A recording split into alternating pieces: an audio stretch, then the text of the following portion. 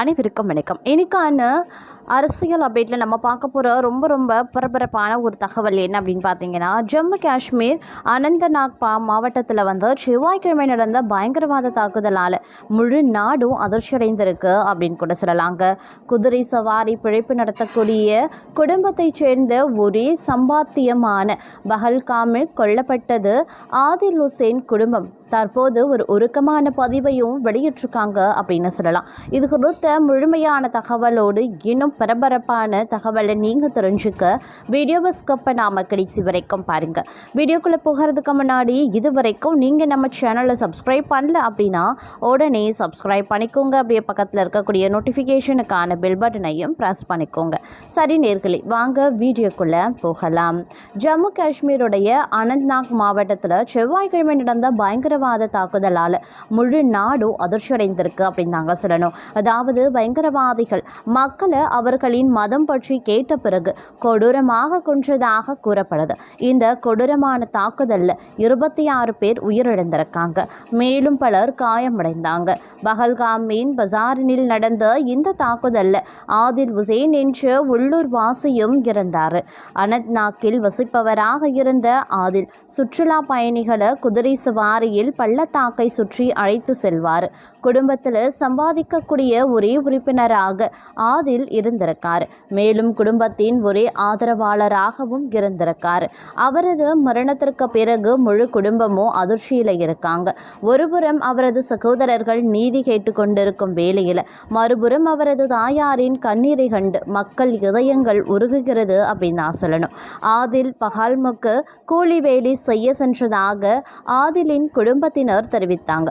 செவ்வாய்க்கிழமை பிற்பகல் தாக்குதல் குறித்த தகவல் கிடைச்சதும் அவர் அடிலை தொலைபேசியில் தொடர்பு கொள்ள முயற்சிருக்காங்க. ஆனால் அவருடன் பேச முடியல. 3 மணிக்கு அங்கு ஏதோ தாக்குதல் நடந்ததாக எங்களுக்கு தகவல் கிடைச்சது. அதன் பிறகு நாங்கள் அவருக்கு ஃபோன் பண்ணோம். ஆனால் ஃபோன் அணைக்கப்பட்டிருந்தது. சிறிது நேரம் கழித்து ஃபோன் ஆன் செய்யப்பட்டது. அதனால் நாங்கள் பலமுறை அழைத்தோம். ஆனால் யாருமே ஃபோனை எடுக்கலை. அதற்கு பிறகு காவல் நிலையத்தில் புகார் அளித்தோம். நாங்கள் திரும்பி வந்தபோது அவர் மருத்துவமனையில் இருப்பதை அறிந்து கொண்டோம். நாங்கள் அங்கே சென்றபோது அவர் ஏற்கனவே இறந்து விட்டார் அப்படின்னு ஆதிலின் சகோதரர் கூறியிருக்கார். குடும்பத்தில் சம்பாதிக்கக்கூடிய ஒரே உறுப்பினர் ஆதில் மட்டுமே அப்படின்னு ஆதிலின் சகோதரர் சொல்லியிருக்கார். மேலும் தனது சகோதரர் நிரபராதி என்றும் இதை செய்தவர்கள் தண்டிக்கப்பட வேண்டும் அப்படின்னும் அவங்க சொல்லியிருக்காங்க. ஆதிலின் குடும்பத்தில் அவரது வயதான பெற்றோர், மனைவி மற்றும் 2 குழந்தைகளும் இருக்காங்க அப்படிங்கிறதும் குறிப்பிடத்தக்க ஒரு விஷயம் அப்படின்னு சொல்லலாம். அது மட்டும் இல்லாமல் இந்த சம்பவம் அப்படிங்கிறது உலக நாடுகள் மத்தியிலையும் பெரும் அதிர்ச்சியை ஏற்படுத்தி இருக்கிறது அப்படின்னு நாங்கள் சொல்லணும். அதாவது ஜம்மு அண்ட் காஷ்மீர் மாநிலத்தின் தெற்கு பகுதியில் இருக்கக்கூடிய பஹல்காமில் ஏப்ரல் 22 பிற்பகல் பயணிகள் மீது பயங்கரவாதிகள் நடத்திய துப்பாக்கி சூட்டில் குறைஞ்சது 20 பேர் உயிரிழந்திருக்காங்க. மேலும் பலரும் படுகாயமடைந்த நிலையில் அருகில் இருக்கக்கூடிய மருத்துவமனைகளுக்கு அனுப்பி சிகிச்சை அளிக்கப்பட்டு வந்துட்டுருக்கு.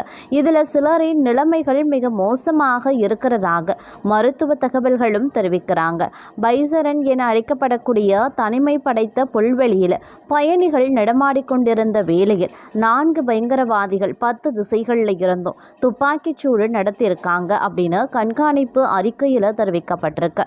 இந்த தாக்குதல் 2025 ஆண்டில் காஷ்மீரில் சுற்றுலா பயணிகளை குறிவைத்து நடத்தப்பட்ட முதல் தாக்குதல் ஆகும்.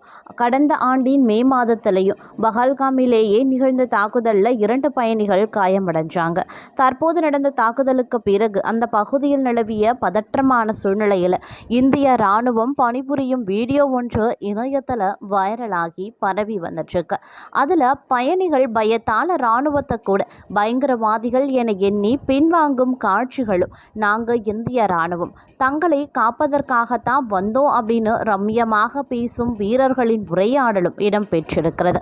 இந்த தாக்குதலின் ஆரம்ப விசாரணையில் 4 பயங்கரவாதிகள் M4 கார்பைன்கள் மற்றும் AK-47 ரைபிள்கள் பயன்படுத்தியதான் தெரிய வந்திருக்கு. தாக்குதல் நிகழ்ந்த இடத்துல 50 முதல் 70 வால் துப்பாக்கி சுற்றுகள் மீட்கப்பட்டிருக்கு. கண் சாட்சிகள் மற்றும் உயிர் தப்பியவர்களுடைய வாக்குமூலத்தின் அடிப்படையில் 2 பயங்கரவாதிகள் அடையாளம் காணப்பட்டுள்ளதாக தகவல்களும் சொல்லுறாங்க.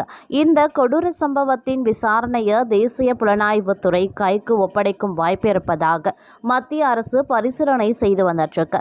இந்த சம்பவம் நாடு முழுவதும் பரபரப்பை ஏற்படுத்தி வருவதுடன் பாதுகாப்பு நடவடிக்கைகளும் மேலும் தீவிரப்படுத்தப்பட்டிருக்கிறது அப்படின்னு கூட சொல்லலாம். அது மட்டும் இல்லாமல் பஹல்காம் தாக்குதலுக்கு இந்தியாவினுடைய பதிலடி என்ன அப்படிங்கிற ஒரு கேள்வியும் தற்போது எழுந்திருக்கு அப்படின்னு கூட சொல்லலாம். அதாவது ஜம்மு காஷ்மீரில் சுற்றுலா பயணிகளை குறிவைத்து நேற்றைய தினம், அதாவது 22ஆம் தேதி ஏப்ரல் மாதம் பயங்கரவாதிகள் நடத்திய தாக்குதல் பெரும் அதிர்ச்சியை ஏற்படுத்தியிருக்கிறது. அங்கு அனந்த்நாக் மாவட்டத்தின் பஹல்காம் பகுதியில் இருக்கக்கூடிய பிரபலமான சுற்றுலா தலமாக விளங்கும் பைசரன் பள்ளத்தாக்கில் நேற்று சுற்றுலா பயணிகள் அதிக அளவில் கூடியிருந்தாங்க. அப்போது மரக்காடுகளின் பின் மறைந்திருந்த பயங்கரவாதிகள் கோர தாக்குதலை அரங்கேற்றியும் இருந்தாங்க. இந்த சம்பவத்தில் 26 பேர் உயிரிழந்தாங்க, 20க்கும் மேற்பட்டவங்க காயமடைந்தாங்க. இந்த தாக்குதல் சம்பவத்திற்கு உலக நாடுகளின் தலைவர்கள் தொடங்கி பல்வேறு தரப்பினரும் கண்டனத்தையும் பாதிக்கப்பட்டவர்களுக்கு இரங்கலையும் தெரிவித்து வந்துட்டுருக்காங்க. இந்த தாக்குதலுக்கு சில நாட்களுக்கு முன்பாக தான் பாகிஸ்தான் இராணுவ தளபதி இந்தியா குறித்தும் காஷ்மீர் குறித்தும் தெரிவித்த கருத்து பெரும் ஆட்சேபத்திற்கு ஆளானது. காஷ்மீர் பாகிஸ்தானின் கழுத்து நரம்பை போன்றது, அதனால் எங்கள் காஷ்மீர்களின் போராட்டத்தை நாங்கள் என்றும் விட்டு கொடுக்க மாட்டோம் அப்படின்னு தெரிவித்திருந்தார். பாகிஸ்தான் இராணுவ தளபதி பேச்சு தொடர்ந்து சில நாட்களிலேயே இந்த கோர தாக்குதல் சம்பவம் நடைபெற்றிருக்கு. இந்தியா பாகிஸ்தான் எல்லை பகுதிகளில் ஊடுருவும் பயங்கரவாதிகள் தெற்கு காஷ்மீர் பகுதியை குறிவைத்து தான் இத்தகைய தாக்குதல்கள் நடத்த பெரும் சதித்திட்டங்களை மேற்கொள்வதாக தகவல்களும் வெளியாகியிருக்கு. இந்த தாக்குதல் பெரும் அதிர்வலைகளை ஏற்படுத்திய பின்னணியில தான் பிரதமர் நரேந்திர மோடி தலைமையில் பல்வேறு உயர்மட்ட ஆலோசனைகள் தொடர்ச்சியாக நடைபெற்று வந்துட்டு இருக்கு. பிரதமர் நரேந்திர மோடியின் இல்லத்தில் பாதுகாப்பு விவகாரங்களுக்கான அமைச்சரவை கூட்டமும் நடந்திருக்கு.